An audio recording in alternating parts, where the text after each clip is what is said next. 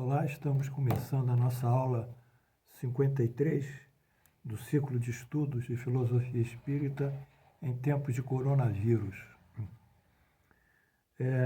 Para aqueles que queiram se comunicar comigo, o meu e-mail é a_de_anita, d de dado, m de Maria,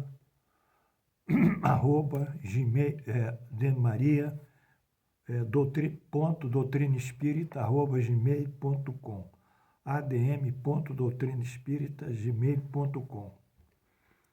O capítulo de hoje é o capítulo 11, Amar o Próximo como a Si Mesmo, de acordo aqui com o nosso Evangelho segundo o Espiritismo, na edição de Leon Denis, do Centro Espírita Leon Denis. Hoje vamos estudar o segundo mandamento particularizado, individualmente, o segundo mandamento, que é amarás o teu próximo como a ti mesmo. Essa questão de amar o próximo como a ti mesmo suscita muitas dificuldades de ordem didática e de ordem expositiva, e também até de ordem propositiva. Portanto, por quê? Porque é difícil conceituar o amor, o que seja o amor, é algo muito subjetivo, e a prática desse algo subjetivo que é o próximo. Jesus, tentando superar essas dificuldades compreensivas, explicativas e didáticas, disse para nós em Mateus 7:12, fazei aos homens tudo o que desejais que eles vos façam. Então ele já saiu da palavra amor para uma ação. Foi pelo mecanismo de ação do amor. Fazei aos homens tudo o que desejais que vos façam. Em Lucas 6:31 ele diz, tratai os homens da mesma maneira como quereis que eles vos tratem. Então, nesse momento, Jesus trabalha pelos efeitos do amor, quer dizer, efeitos objetiváveis, que é a relação com o próximo. E ele, para estabelecer essa sentença, esse mandamento, ele recorreu a uma proposição que nós temos muito comumente usado em filosofia, que é o axioma, que é uma verdade em si mesma, não precisa ser demonstrada, porque uma tese a gente tem que demonstrar, uma hipótese a gente tem que verificar se é factual, mas o axioma não precisa ser demonstrado, como, por exemplo, um tipo de axioma muito comum, duas quantidades iguais, uma terceira, são iguais entre si, ou seja, 2 mais 2 é igual a 4, ou 1 mais 3 é igual a 4. Então, 2 mais 2 é igual a 1 mais 3. Nessa movimentação de raciocínio que ele colocou, a primeira ideia que ele coloca é que nós queramos nos tratar com amor, é a primeira. A segunda ideia é que devemos tratar com o mesmo amor que nós queiramos o próximo. Fazer o próximo que queiramos que nos façam. Então, a primeira ideia é o amor em nós. Queremos ser tratados com amor, consideração, gentileza, etc., brandura. E o próximo, igualmente, com amor, gentileza, brandura. Então, nós temos que tratar o próximo como a nós próximos. Então, a ideia de tratar o próximo como a nós. Primeiro, como nós queremos que sejamos tratados. E tratar ele da forma que nós queremos ser tratados, consubstancia, então, o amor ao próximo. Aí estabelece a lei do amor. Foi assim que Jesus superou essa dificuldade aqui expositiva. Allan Kardec, no livro O Evangelho segundo o Espiritismo, edição da CELD, ano 2000, página 295, diz: amar o próximo como a si mesmo, fazer aos outros os que os outros façam por nós, é a expressão mais completa da caridade. Ele foi para a realidade do amor, para a efetividade do amor, para a prática do amor. Ele não consegue pegar o amor, mas ele consegue pegar os efeitos do amor. E um dos efeitos do amor, o maior deles, é a caridade. Portanto, é a expressão mais completa da caridade, pois resume todos os deveres para com o próximo. Bom, se eu respeito todos os deveres do próximo, eu sou caridoso com ele, enfim, eu sou, em última análise, expresso o amor.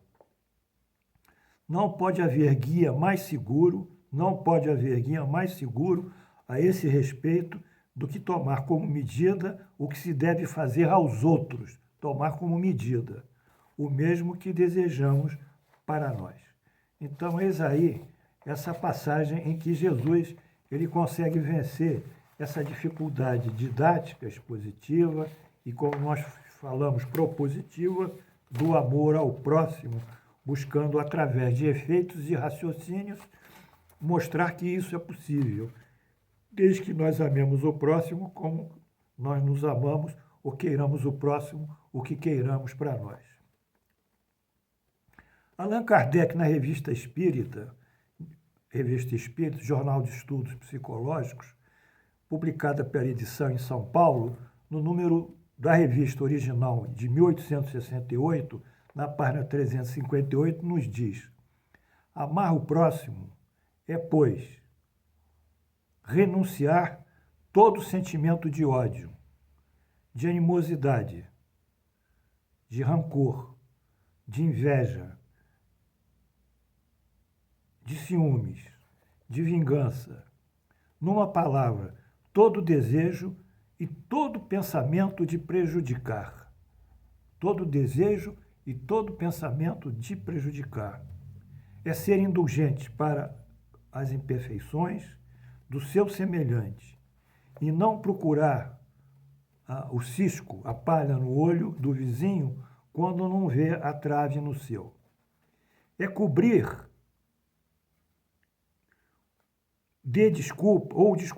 é cobrir ou desculpar as faltas dos outros, em vez de se comprazer em pôr em relevo por espírito de aviltamento, quer dizer, minimizar os erros dos outros, não ficando e não humilhá-lo.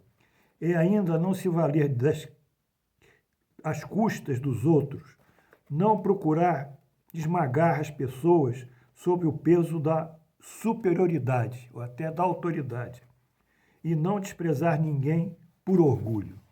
Então, nessa segunda passagem em que Kardec movimenta ou age no bem do próximo, ele cita aqui uma série de qualidades negativas, como ódio, animosidade, rancor, inveja, vingança, etc., e que são justamente as qualidades opostas ao amor.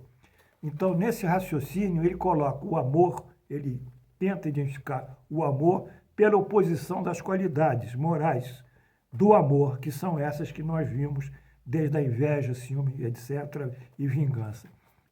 Esse raciocínio kardecista é um raciocínio de oposição e também chamado antitético em filosofia.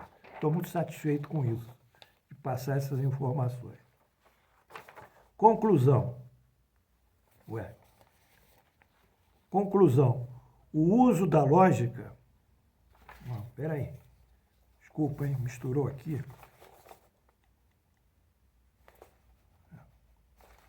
Bom, conclusão. Não é possível. Desculpa, hein? Vou dar uma olhadinha aqui. Vocês tenham paciência. É número 5, número 4, número 1, número 2, 3. Então, é o número 5.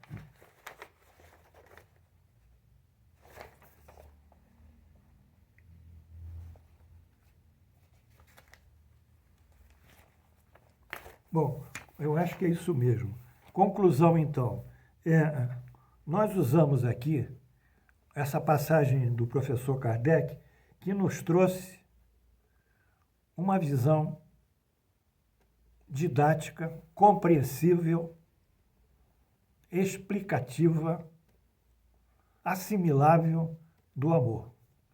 Nós não falamos do amor em si como um ato subjetivo e a quintessenciação de um sentimento, o sentimento mais elevado que o homem possa ter. Nós falamos por quê? Porque isso vai gerar em outros espaços de compreensão, um dia nós falaremos sobre isso. Mas nós falamos o amor aqui pelos efeitos que ele produz, sejam efeitos positivos, seja na ausência dele, os efeitos negativos.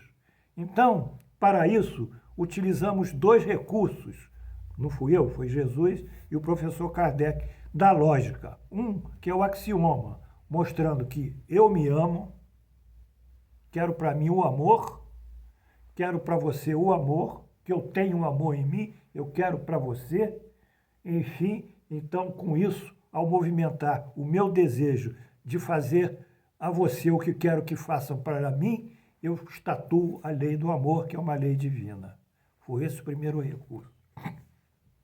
E o segundo recurso foi trazido pelo professor Kardec, dizendo que o que não é o amor não é a vingança, o amor não é a crueldade, o amor não é a odiosidade, o amor não é a impiedade, o amor não é o criticismo, o amor não é a falta de compreensão, de tolerância, de misericórdia. Tudo isso não é o amor.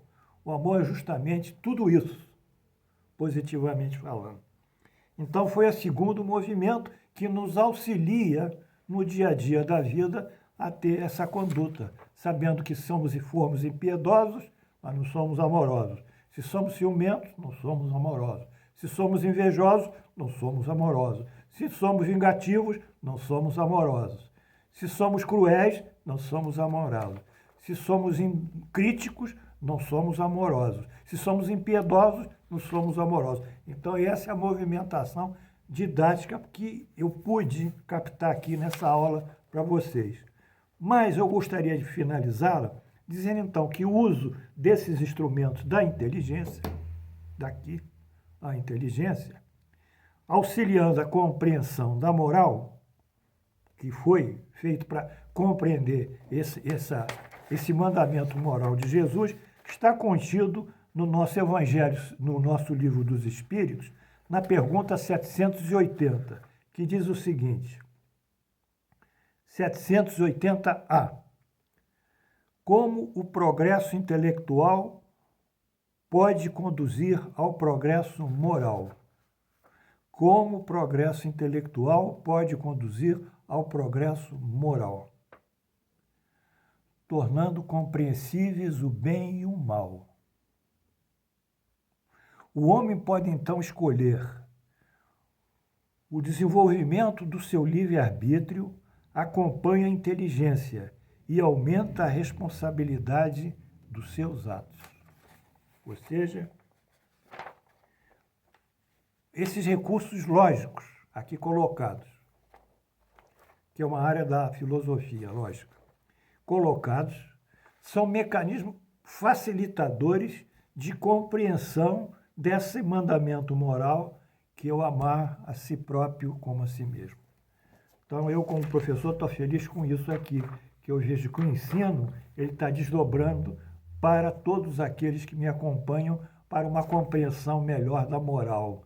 Não estamos repetindo, estamos usando a inteligência, a lógica e a razão para penetrarmos profundamente nesses ensinamentos de Jesus. Portanto, vamos amar o próximo como a nós próprios, no sentido dessas atitudes positivas para com o próximo. Que Deus nos abençoe.